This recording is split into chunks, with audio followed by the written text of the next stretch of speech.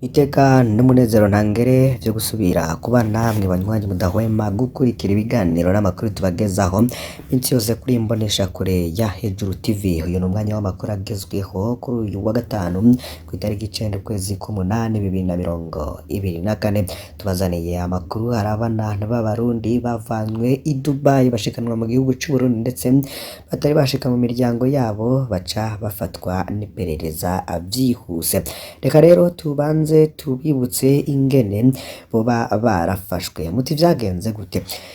Hari abivye umugabo muri Brazil amahera angana n'umuriyoni w'amadolari y'abanyamerika. Umugabo agiye kugirisha historique aca asanga amafaranga yibwe n'imashini iherereye Dubai, niko guca aza i Dubai azana adresse IP y'iyo mashini mu nzego z'iperereza Dubai baca babona ko ari typing y'abashinwa yabikoze, baravye basanga bivye menshi hashoboka kw'isi. Niho rero haca hatangura gufatwa abantu, kandi si abarundi gusa ahubwo n'abantu benshi cane bava mu bihugu bitandukanye bafatanye imashini nyabwonko canke ordinateur zirenga ibihumbi 2, telefoni zirenga igihumbi n'ibindi vyuma vyinshi bakoresha. Muri abo bafashwe hari abatomboye aho bakorera babimenya kare, babanza gusubiza passport abakozi babo mu gihe abandi babafata batagira ibibaranga. Bamwe banza gutahura ko iyo sosiyete igukoresha iba yarakwatse passport yawe. Nyinshi muri izo passport zarafashwe n'igipolisi, ari niyo mpamvu n'ubu hariho abantu banyegeye ariko bakironderwa. Aba rero ni abarundi twababwiye ku munsi w'ejo bari birukanwe mu gihugu ca Leta Zunze Ubumwe z'Abarabu. Birukanwe rero bakoresha iramwe ry'abashinwa bibisha urwenge ku mbuga ngurukana bumenyi, bagatanga ubuzi bwo kwandika ku mashini. Hari abatashe bafise passport, hamwe muri abo bashitse bataha iwabo baridegemvya. Hari n'abaje batagira passport. Inzego za Dubai rero zabashizeko ivyaha bikomeye, baca bashika bafatwa n'iperereza aryo Burundi. Inkuru rero iriko iratugeraho muri iki gitondo ni inkuru ibabaje cane.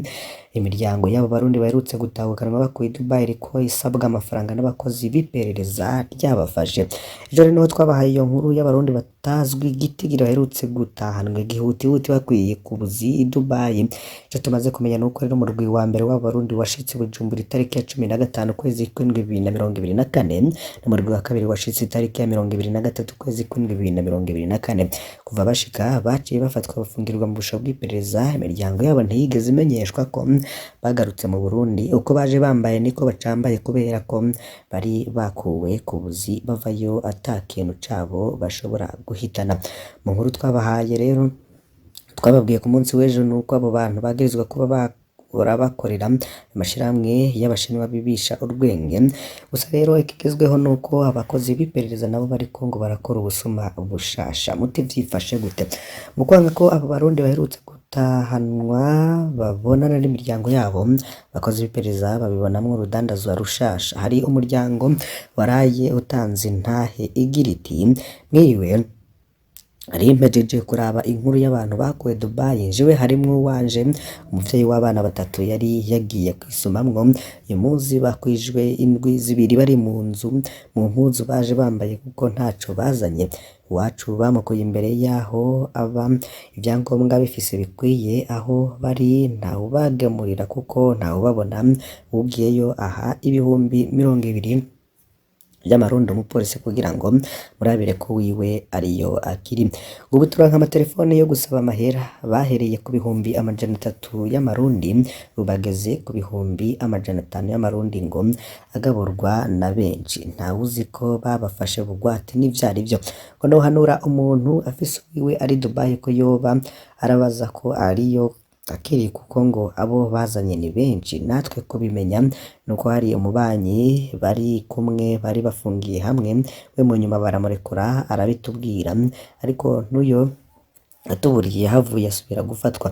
Ngo twebwe ntituzi ico bafatiwe, gusa uwo yaduhaye inkuru yaravugwamwo ubusuma bwo mu mabanki be n'amashirahamwe yatanze ubuzi atabafitiye uruhusha. Bandaye musemerera turahangayitse. Ibi bintu twifuza ko bikorwa mu muco, tumenye ico abacu bazira, bahabwe n'uburenganzira bwabo bwo kubona n'umuryango. Nimba bafise ico bagirizwa bajanwe muri sentare, atakiriho babarekure basubire mu miryango yabo. Ibintu rero birahambaye kandi biranababaje cane, iperereza na leta y'u Burundi nibatanga umuco kuri bano bantu bamaze igihe cose bafungiwe mw'iperereza, imiryango yabo itabizi, ntihamenyekane abafunzwe abaribo, n'igihe cose iperereza rifunga abantu bitazwi n'imiryango yabo, vyama bivyara ko hari abahava bakabugwa irengero ryabo. Leta rero ngo ntishira ahabona icaha umwe wese mwagirizwa n'ingene amatohoza yakozwe, abavunzwe rero barafise n'uburenganzira bwo kunuma igihe cose batari kumwe n'umushingwamanza, n'uburenganzira bwa kiremwamuntu rero ngo butegerezwa kubahirizwa mu ntambwe zose zijanye n'ivy'ubutungane. Ico mwomenya rero nuko kino kibazo kitoroshe kuko amategeko y'u Burundi ntasanzwe ahana ivyaha vyakorewe hanze y'igihugu mu gihe bitanakorewe Umurundi. Ubutungane bw'u Burundi rero ntibushobora kuja i Dubai gukora amatohoza ngo bwerekane ko ivyo abo Barundi bagirizwa ari ukuri canke ko umwe wese mu batahanywe ivyo yanditswe ko ari ukuri. None iperereza ry'u Burundi ririko ririsunga irihe tegeko? Se ryoba rikora amatohoza gute ridashobora no kwishikira ahakorewe icaha? SNL yoba ifise umutahe wa parike y'u Burundi uhagarika abo bantu bose bamaze hafi ukwezi bafungiye muri SNL? Uwo mutahe wagiriza iki abo bantu ko atacaha bakoreye mu Burundi? Se yoba ari iyihe parike y'u Burundi ifise ububasha bwo gutohoza ku vyaha bibera i Dubai? Buri vyumvikana impamvu iperereza rero ngo ritemera Umurundi atahantu avuye hanze ko avugana n'umuryango we kandi ntirinamenyesha imiryango ko ababo batahukanywe mu gihugu. Hano rero hari n'abashobora kubugwa irengero kubera mu Barundi baje Dubai harimwo n'impunzi zahunze ikiringo ca gatatu ca Nkurunziza. Umunyororo wese rero akaba yagirizwa ivyaha bikomeye, afise n'uburenganzira bwo kwanka kuvuga batamuzaniye umushingwamanza amufasha kwiregura ku vyo yagirizwa. Ubwo burenganzira bwose rero ngo ntiburiko burubahirizwa, ngo n'iperereza ngo rero ngo nikore mu muco kuko arico kintu conyene cihuta. Ngo yoshiraho n'urutonde rw'abantu rero ngo rumaze hafi ukwezi rufunze bavuye i Dubai maze imiryango yabo imenyeshwe ababo iyo bari. Ngo turasavye rero ngo n'imiryango yoba izi canke yikeka ko abayo bahora Dubai bafungiwe mw'iperereza ko bobimenyesha. Ubwo n'ubutumwa butandukanye bwatanzwe na Pacifique Ninahazwe, n'ubundi ariko arabandanya gushira izi nkuru ahabona. Reka mu yandi makuru rero tugere mu biriko biravuga mu bindi bimenyesha makuru. Ngo leta y'u Burundi ikomeje guhamagarira impunzi zose zahungiye mu gihugu ca Tanzania gutahuka bizeza umutekano wabo n'ivyabo. Ivyo bikubiye mw'ijambo ryashikirijwe na Niwona Valentino Celestin, icegera c'umushikiranganji w'intwaro yo hagati mu gihugu c'u Burundi, mu nama nyabutatu yahuje leta ya Tanzania, Uburundi na HCR hamwe hagati mu nkambi ya Nyarugusu kuri uyu wa gatatu. Bwana Nibona yashimangiye yuko leta ye ifise imigambi myinshi yo kwakira impunzi mu mutekano ukwiye, ariko bashakira inzira nziza z'amajambere mu miryango no kubaha imitahe. Bamwe mu Barundi rero batuye mu nkambi ya Nyarugusu baserukiye bagenzi babo muri iyo nama, bakaba basanga leta y'u Burundi ikwiye gukemura ikibazo c'umutekano mbere yo kubahamagarira gutaha.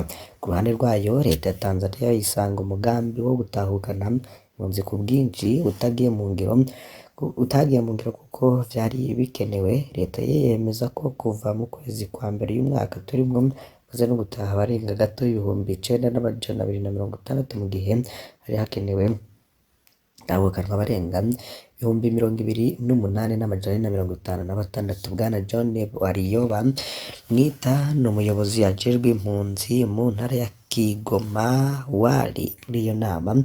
Seri rero muri iyo nama yo yavuze ko akazi kayo nyamukuru ari ugutanga imfashanyo zikwiye ku mpunzi zikurikiza amategeko mpuzamakungu agenga impunzi. Naho inama zo guhimiriza impunzi rero gutaha zaba zabaye hafi buri kwezi mu nkambi ya Nduta ya Rugusu, n'ibitigiye vy'abataha ku bushake rero bikaba vyaragabanutse cane. Benshi bakaba bavuga ko biterwa nuko benshi basanga ibibazo vyatumye bahunga Uburundi bitarakemuka. Na n'ubu rero niko bariko barashikiriza ngo bibanze bishigwe ku murongo kugira ngo Abarundi bagire umwizero ku mutekano wabo. Mu bindi bitandukanye, ikinyamakuru Bonesha FM kivuga ko Olcome isaba kurwanya igiturire mu bijanye no kuguruza amazu adandaza imiti. Ishirahamwe ryishinze kurwanya abarya ibiturire n'abasesagura amatungo ya leta Olcome risaba ubushikiranganji bw'amagara y'abantu gutuza igiturire na kamwana wa mama vyibonekeza mu gisata kijejwe gutanga impusha zo kugurura amazu adandaza imiti. Nimubona Alex ajejwe kumenyesha amakuru muri Holcom avuga ko amazu menshi akora atemewe n'amategeko, ayandi agakora adakwije ivyangombwa bituma amagara y'abanyagihugu ashobora kubangamirwa. Nimubona rero akabona ko igisata kijejwe urudandazwa rw'imiti cogenzurwa bimwe biboneka urwo rudandazwa kugira ngo amazu adandaza imiti atabifitiye uruhusha yugagwe. Ni nako kandi mu Burundi abagwaye ingwara y'akaranda ka mpox bagiye kuvurwa ku buntu. Nuko muri ubwo bushikiranganji bw'amagara y'abantu no kurwanya sida menyesha ko abagwaye ingwara y'akaranda ka mpox bagiye kuvurwa ku buntu. Didwine Baradahana rero arongoye ubwo bushikiranganji akavuga ko amafaranga y'amarundi yabaye miliyaridi 42, no kuvuga amafaranga y'amadolari yabaye miliyoni 14 ariyo akenewe kugira ngo iyo ngwara igwanwe mu kiringo c'amezi 6.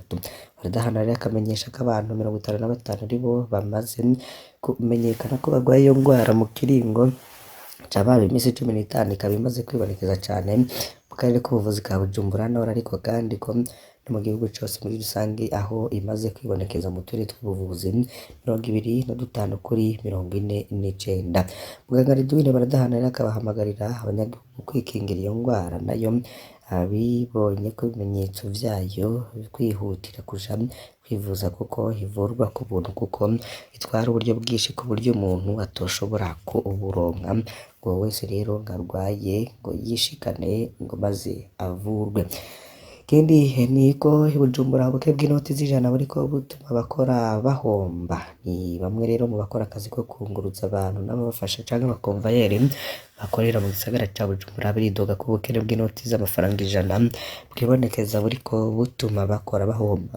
Bakora ako kazi rero bakaba basigura ko babura ayo basubiza biyunguruza mu gihe bisaba ko basubizwa inoti z'ijana, bakavuga ko batanze 1000 aho asubizwa 400 asubizwa 500, ivyo babona ko ari uruhombo rungana n'amafaranga 35,000 ku ncuro 10 batwaye abantu mu muduga mu bwoko bwa Coaster. Ivyo kandi bikaba mu gihe kuronka igitoro bakoresha muri kino gihe navyo bitoroshe. Kabanegurira rero n'ababa bafise yavunje baca bikika mu kizo bakayiha 500 biterambere mishwana hagati y'abo bungurutsa abantu n'abiyunguruza, bagasaba ibanki nkuru y'igihugu BRB gusohora inoti z'amafaranga 100 kugira ngo akazi ikorohe. Naha rero tuhereje aya makuru yacu twari twabateguriye muri uyu mwanya, mbasabe kugira ngo ntimuze gucikwa n'ibindi bitandukanye tuza kubagezaho. Iyi nimbonesha kuri Hejuru TV, Imana ibahezagire. Gusa vyonda kuri subscribe canke s'abone niba utari wafyondako, wibuke no kubisangiza bagenzi bawe kugira badacikwa n'amakuru yose tubagezaho. Imana ibahezagire, turaza gusubira.